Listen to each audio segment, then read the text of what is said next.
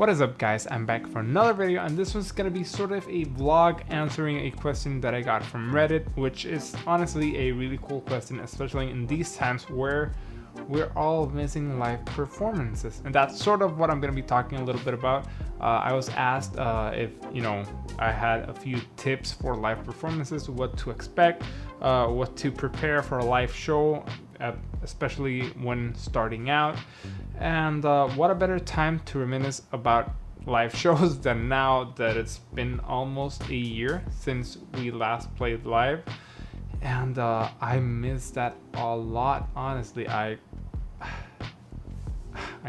need a moment, honestly. I can't wait to get back out there and play live, even if it's a shit show. And I'm a guitar player and guitar instructor based in Puerto Rico.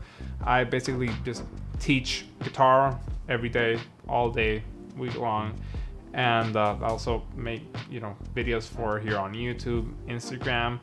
And I also have a band named Keeley the Great, which we just released our debut single a week and a half ago, or 2 weeks back, depending on when this video drops. It dropped on January 20, called Madness. And yeah, that's a little bit about me. I've been playing music professionally for around 6 to 7 years.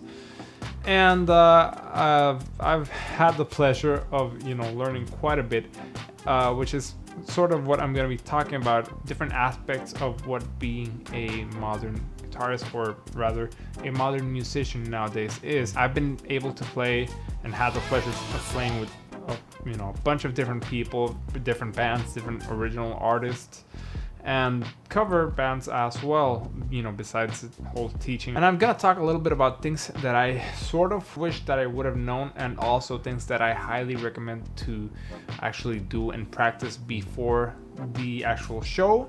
And the first one being practice with low light. That's actually something that's really important. There's a bunch of different places where you're gonna gig where the light is horrible, or there's not really much light source, or just the lighting is not the best, and you have to know where you're at in the guitar. So make sure to practice with the lights off, and make sure to have your way around the guitar in low lights, or maybe even consider buying some sort of a USB light for your pedal board, which is something that actually exists now, which you can have lighting you up, and you're not gonna lose track of where you're at in the guitar. But I would honestly highly suggest practicing with the lights off or in low lights. Tip number 2, make sure to put the cable some way that you can wrap it around the guitar strap and then into the guitar, and then when you're into your pedals, make sure to do the same thing as well. You do not want to step on the cable live, which always happens, but you don't want to get the signal caught off in the middle of an important solo. And yeah, I'm speaking from experience. It's happened to me a bunch of times, and it's funny because you actually have to mimic what you're playing or whatnot, and make as if you're playing, and everything's having technical difficulties, and just keep going, which is something that's really important to actually do. That's actually going to be another tip. Keep going. If you mess something up, just keep going, keep playing live, keep doing the thing that you're doing, and just try to get back and get to what you were, or where you were supposed to be at. I've had this happen to me many times, and while it's been really funny, it's kind of been really stressful at the same time. I've had that happen quite a lot, honestly, and I've learned it the hard way, that you have to kind of tangle up the cable with the guitar and with everything, so that it doesn't plug off in the middle of something important. But yeah, on to the next one, which I would honestly say, and this one is one of the most important: practice everything in every order that you may have to practice it, and listen to the songs many times before actually playing them. This goes to every type of gig that you may get as a guitarist or musician at that. If you're playing with a new cover band, you can actually sort of sit back, I would say, in a way where you can be a little bit more relaxed with learning the songs. But usually there's really short notice with bands like these, and you have to listen to the songs a lot, and you just, have to know the songs and know how to play them. Or the very least, you should at least know and understand harmony in a way that you can, get away with playing basically anything that you could play in that tonality or in that key for that particular song. Even if you don't know the song, if you know harmony or know enough about harmony, you're gonna be able to, play along with what everyone else is doing without, having to technically learn the song. But either way, you have to learn where the stops are, where the changes are, where the key changes, if there is any key changes, are. So just make sure to listen to the music that you're going to be playing a lot, on repeat, I might say. I myself, when I get a cover gig with very short notice, that's usually what I'm going to do. I'm going to, put the songs on a playlist and just hear that playlist a bunch of times in a row, maybe even the whole week if I have to, just to make sure that I know what I'm playing. You can also, and I mean I've done this a lot, you can also write your own charts and take them to the gig.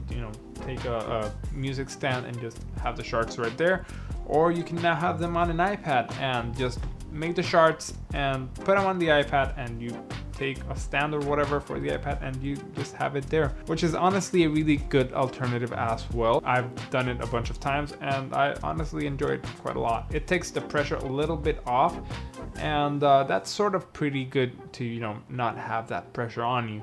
But yeah, I would say listen to the songs a lot, and if you didn't get to listen to the songs and memorize all of them, just have them on your iPad or have them on paper. And yeah, I would honestly rather suggest going with an iPad rather than paper, because paper flies away in the wind.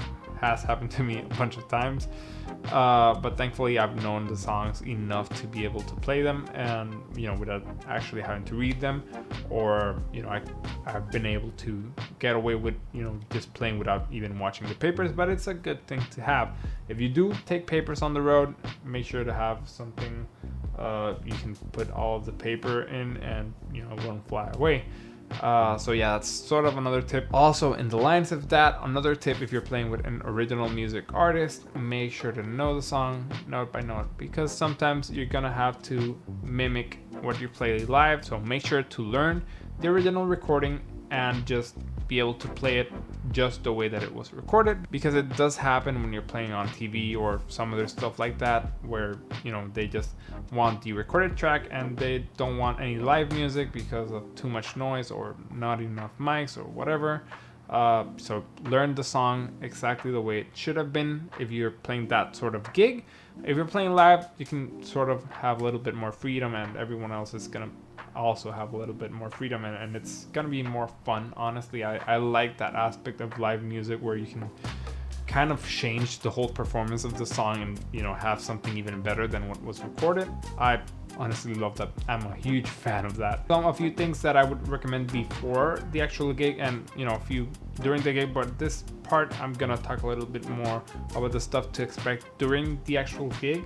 I mean, sometimes in the first few gigs you're gonna maybe get nervous if you haven't really done that much before. Just make sure to learn everything enough to to an extent that you can play with your eyes closed. Maybe if you're shy of being or playing in front of people.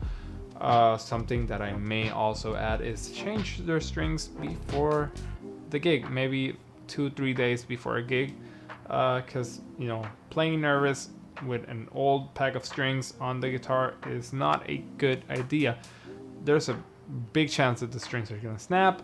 It has happened to everyone before, because you get nervous, hands start to sweat a bunch more, you start playing harder than you should, and then the strings start breaking. And having a string break live it's not as fun. But if it happens, it happens. Look at guitarists like Wayne Krantz. He just carries one guitar, and if he happens to break a string live, he's just gonna talk to the audience and change the string while he does, because there's really nothing else that you can do. You have to change the the string, or if you do have a spare guitar, then just get the spare guitar. There's really very few gigs that I've taken a second guitar in that case, and I mean, I've gotten to use them, but I would rather carry with one guitar to a gig. Also, don't drink too much, or rather maybe don't drink, depending on the gig that you are doing. I myself, I try not to ever drink during a gig because that's work for me, and I respect my work, I respect what I do, so I'm not gonna drink during a gig. I may drink afterwards if, you know, I have to, or if I want or feel like it, but honestly, I do not recommend drinking while on the job.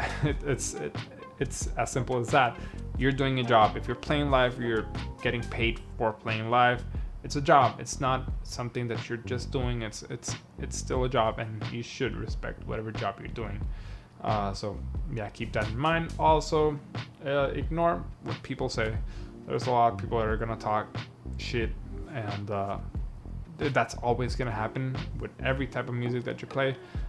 Maybe not directly to you, but you know, there's a lot of people that are drunk in the audience, and they're sometimes unpleasant to be around, and they sometimes start to talk stuff about whoever's playing, or if you don't really pay much attention to what they say, they're gonna get mad, and you know, there's a bunch of things that do happen in actual gigs. I've had my fair share of stuff like that happen, you know, because we don't have a song that they love on our playlist, and they just get mad because of that, because they're drunk and whatnot. So heads up, if you're playing a cover gig and in a place that, you know, everyone's drinking and whatnot, it could happen. And then after the gig, I would say just look to get paid, because I mean, that's what you would expect after a gig.